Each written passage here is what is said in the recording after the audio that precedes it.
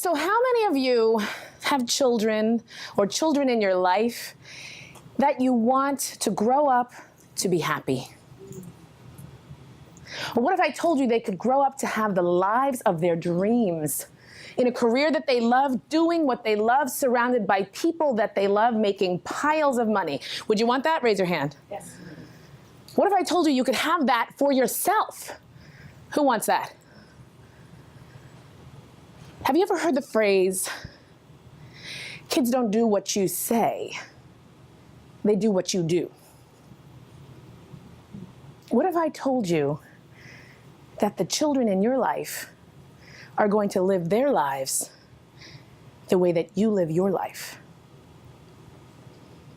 What if I told you that the best way to help those children live the life of their dreams would be for you to live the life of your dreams? My name is Liimu McGill, and I'm the founder of MomStar. And by the end of this presentation, you will learn how to do that and how to teach your children to do it too. I know a lot of moms, and most of them are not doing that. Most of them are trying to do that, and they're never quite feeling like they're getting it right. And as a result, they're stressed out, they're anxious, they're unhappy, they're frustrated, they're resentful, and they're often disconnected from their partners and even disconnected from their kids. And their kids are stressed out and anxious and angry and frustrated and resentful of the burden of a sacrifice they never asked anybody to make in the first place. That was me and my mom. I remember one day my mom saying to me, "Oh, sometimes I wish I could just go to an island where the only person I had to take care of was myself." And I thought to myself, ouch. That's not going to be me. That's not going to be me. I'm not going to do that. I'm not going to be that mom. But here's the thing. I didn't know any other way to be. All I had ever seen was examples and messages about once you become a mom, it's over for you, girl. Forget about that body. It's over for you. It's all about the sacrifice. It's all about your kids. To be a good mom, your dreams are in the past. And now it's about their dreams. And you doing everything you can to help them achieve their dreams. And so is it any wonder that by the time I had my beautiful children, I figured my dreams of becoming a famous singer were in the past. But I also knew I didn't want to be that pushy stage mom, living vicariously through my kids. So what was I gonna do? Well, I guess I would have to hang it up. I guess I wouldn't have the opportunity to sing in front of millions of people on national television, on NBC. I was wrong. Not only would I do that very thing, but my children would watch, and they would learn to do it too. Would you like to hear the story? Yes. So it was 2007, and I was working for corporate America, had a good job, good benefits, good money.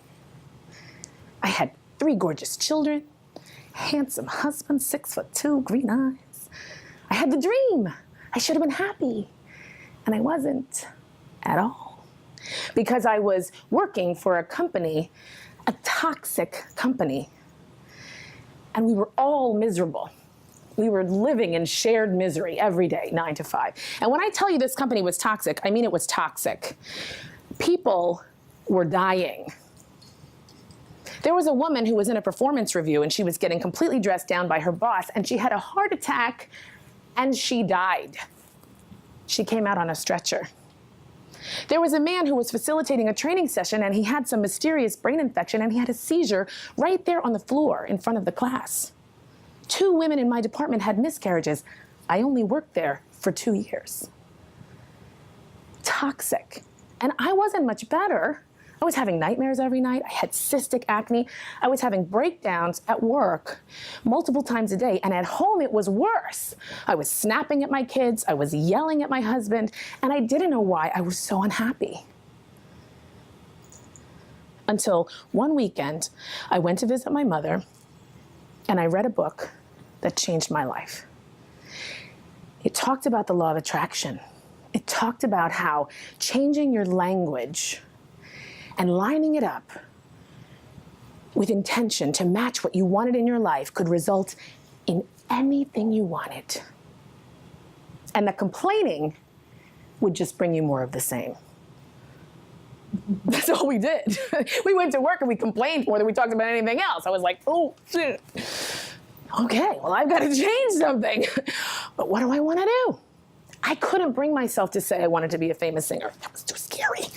I was 37 years old. My children were 5, 3, and 1. That's not going to happen. So I said to my mom, I know what I want to do. I want to have a consulting company. I want to work from home. I want to make tons of money. And she was like, wait. You can have anything you want, and you want to be a consultant? Nah, it doesn't sound right. I said, okay, well, maybe I want to be a writer. I could be on the beach and write. And she was like, okay, it's the first time hearing of this, but okay. So I went back to work with my dreams of being a writer and being a consultant. And I decided what I was going to do is I was going to write the first ever reality book. I was going to write my way into my future. And so I went into the office that I decided was mine, because nobody was in it. I went into the office every day and I sat down and I started writing about what was happening. And when I got done writing about what was happening, I started writing about what was going to happen. I was going to have this great business and I was going to write and I was going to get paid to do it. And the amazing thing that happened was little opportunities started to come, lining up with what I was saying. Clients I hadn't heard from were sending me emails. I sent a submission for a writing gig and I got a response. Okay, this is weird. This is working. And then I got a call that would change my life.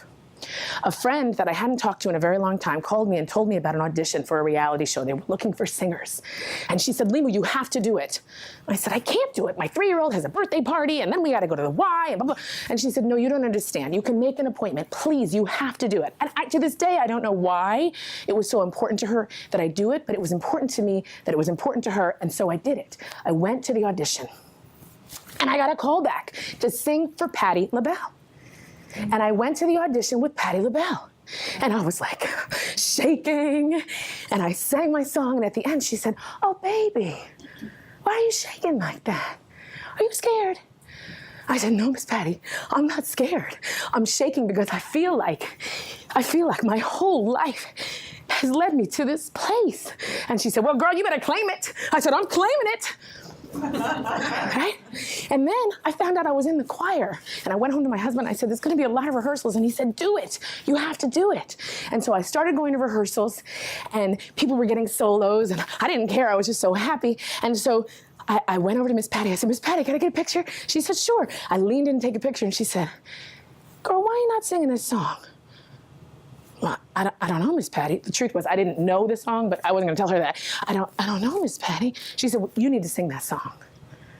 So I went home to learn the song. And I was singing the song. It went like this. Jesus, take the wheel.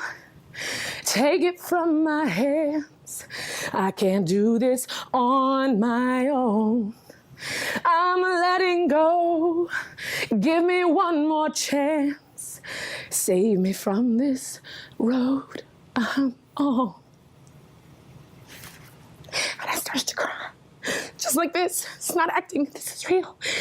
Because I knew in that moment I was going to get it. I was going to get it. And the dreams that were going to come true weren't just going to be consulting and writing. I was going to have all of it. And so I made it my mission to work with other people and to help them learn how to do it.